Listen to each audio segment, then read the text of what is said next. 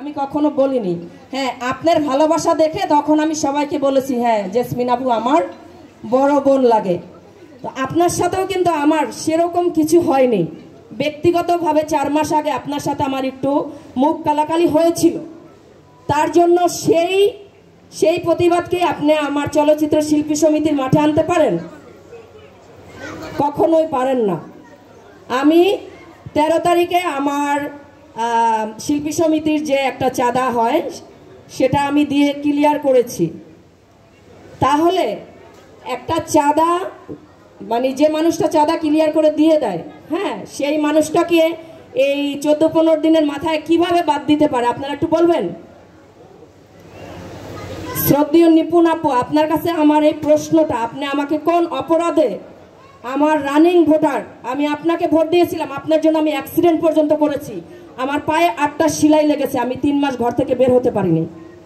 শাহানুর আপু, সাইমন আমাকে আমার বাসায় গাড়ি করে হসপিটাল থেকে দিয়ে আসছে। আর এটার জবাব আপনাকে অবশ্যই দিতে হবে নিপুণ আপু। আর জেসমিন নিপুণের সেক্রেটারি যেটাকে বলা হয়, এখানে আমি বলবো 2-1টা কথা, যে নিপুণ এত চালাকি জানে না, এই চালাকির সম্পূর্ণ মূল হলো জেসমিন। আমি জেসমিনকে জীবন দিয়ে ভালোবেসেছিলাম, তার বিনিময়ে এইটা জেসমিন আপু আপনি বলেন কি দিয়েছেন বলেন আপনি আমাকে। আমার সমস্যা হলো আমি যেটা আমার সদস্য পদ সেটা আমি ফিরে পেতে চাই, আমার অধিকার এটা। আপনার ডিসাইড করার কে যে আমাকে বাদ দিবেন? আপনি 10 জনকে ডেকেছেন? আপনার 21 জন যে প্যানেলের ছিল যারা, তাদেরকে সবাইকে ডেকেছিলেন? সেখানে কি দীপজল ভাই ছিল? সেখানে রুবেল ভাই ছিল? রিয়াজ ভাই, আপনাকে বলতেছি, আপনি গতবার ইলেকশনে কিন্তু আপনি জিতেন নাই, ঠিক আছে? তারপরে আপনাকে রুবেল ভাইয়ের জায়গাটাকে আপনাকে দিয়েছে, কিন্তু এখনো ভাইস প্রেসিডেন্ট আমাদের দীপজল ভাই আছেন কিন্তু রানিং। তাহলে আপনি কি এদের সবাইকে জিজ্ঞেস করে, এই যে বেবির কি অপরাধ ছিল বলেন? নীরবের কি অপরাধ? নীরব ভাই দীপজল ভাইয়ের সাথে একটা ছবি পোস্ট করছে, এটা তার অপরাধ? এটা অপরাধ আপনারা বলেন? আমি গান গাই, আমি সিঙ্গার, আমার এ পর্যন্ত 26টা অ্যালবাম রিলিজ করেছি। আমি সঙ্গীতা থেকে 10টা অ্যালবাম রিলিজ করেছি। একজন অভিনেত্রী কি গান গাইতে পারে না? আমি সাংবাদিক ভাই, আপনারা একটু বলেন, পারে? কোন বিধানে লেখা আছে যে একজন অভিনেত্রী গান গাইতে পারবে না? আমি কাঞ্চন ভাইয়াকে ফোন দিয়েছিলাম, যখন দেখলাম প্রাথমিক খসড়া খাতায় নাম আসেনি, তখন কাঞ্চন ভাই বলছে যে হ্যাঁ, ওখানে আমি দেখেছি রিয়া খান সিঙ্গার লেখা ছিল, ওরা বলেছে আপনি অভিনেত্রী না, আপনি সিঙ্গার। তাহলে ওরা কারা? আমার এই ইন্ডাস্ট্রিতে কেউ শত্রু নেই, আমার এই ইন্ডাস্ট্রিতে কেউ শত্রু নেই। জেসমিন আপু, আপনি আপনার ফ্যামিলির খুরত আপনি ইন্ডাস্ট্রিতে আনতে পারেন না। আপনাকে আমি যথেষ্ট ভালোবাসি জেসমিন আপু, আপনার অনেক কথা আমার বুকের মধ্যে লুকিয়ে রেখেছি। আমি যদি একবার চাই আপনার অনেক ক্ষতি করতে পারি, কিন্তু আমার মা বাবা সেটা আমাকে শিক্ষা দেয়নি যে কারো ক্ষতি করো তুমি। আমার মা বাবা এটা শিক্ষা দেয়নি। আপনার অনেক কথা, আপনার পার্সোনাল যে জিনিসগুলো আমি জানি, আপনার ধারণাই নাই। কিন্তু আমি আর কিছু বলতে চাই না। আমি এখানে শ্রদ্ধেয় মিশা ভাই আছেন, এখানে রুবেল ভাই আছেন, এখানে দিয়ে তাইব ভাই আছেন, নানাশা ভাই আছেন, আলেক ভাই আছেন। আমি আলেক ভাইয়ের সাথেও ছবি করেছি ভাই।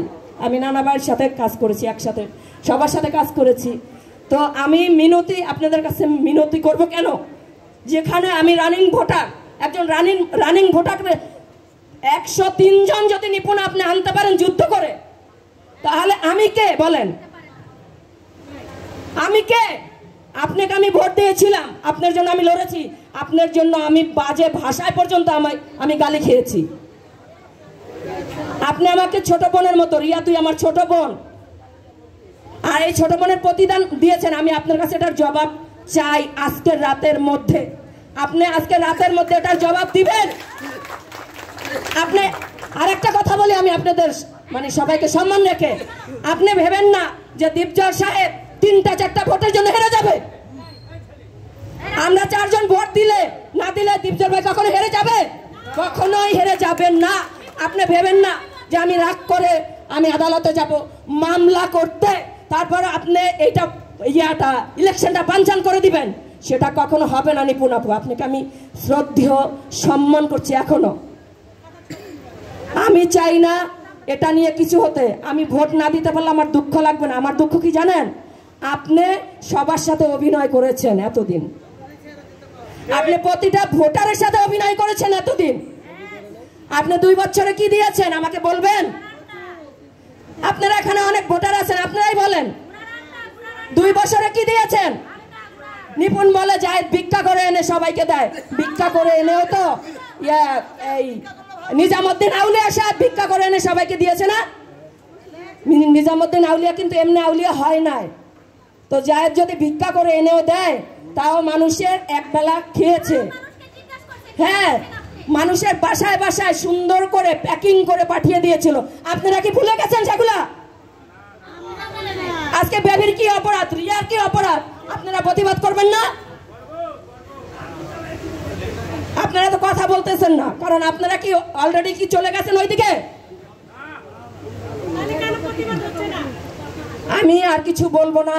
বেয়াদবি হলে সবাই মাফ করবেন। আমি কখনো ক্যামেরার সামনে আসি না এভাবে। দিস ইজ ফার্স্ট টাইম আমি ক্যামেরার সামনে এসেছি। আমি অনেক সিক, আমি অনেক অসুস্থ, ঠিক আছে? তো আমি আবারও বলবো, নিপুণ আপু আপনাকে, আপনি যেহেতু 2 তারিখে আমাকে আপনার সাথে পিকনিকে নিয়ে গিয়েছিলেন, হ্যাঁ, সেখানে নীরব আমাকে বলেছিল যে রিয়া আপু আপনার গানটা দর্শক আবার শুনতে চায়। আমি একটা গান করেছিলাম, তারপরে বলেছে আপনার গান আর একটা শুনতে চায়। সেখানে আমাকে নিপুণ বলেছিল তুমি কি ইয়াকে এখানে ভাড়া করছো নাকি গান রিকোয়েস্ট করার জন্য? নিপুণ আপু আপনি জানেন না আমি বড় বড় শো করি। আমি গত মাসে আমি এমপি নিক্সন ভাইয়ের প্রোগ্রাম করে আসছি, বিশাল অনুষ্ঠান, হাজার হাজার মানুষ ছিল সেখানে। তাহলে আপনি কি করে আমাকে আমার নামটা এই যে অ্যাপ্লিকেশন করার পরেও, অ্যাপ্লিকেশন দেওয়ার পরেও আপনি সবার নাম রেখেছেন, নীরবের নাম রাখেননি, আমার নাম রাখেননি, বেবির নাম রাখেননি। আপনার এটার জবাব দিতে হবে। সাংবাদিক অবশ্যই আপনাকে প্রশ্ন করবে। সবাই ভালো থাকবেন। আল্লাহ হাফেজ।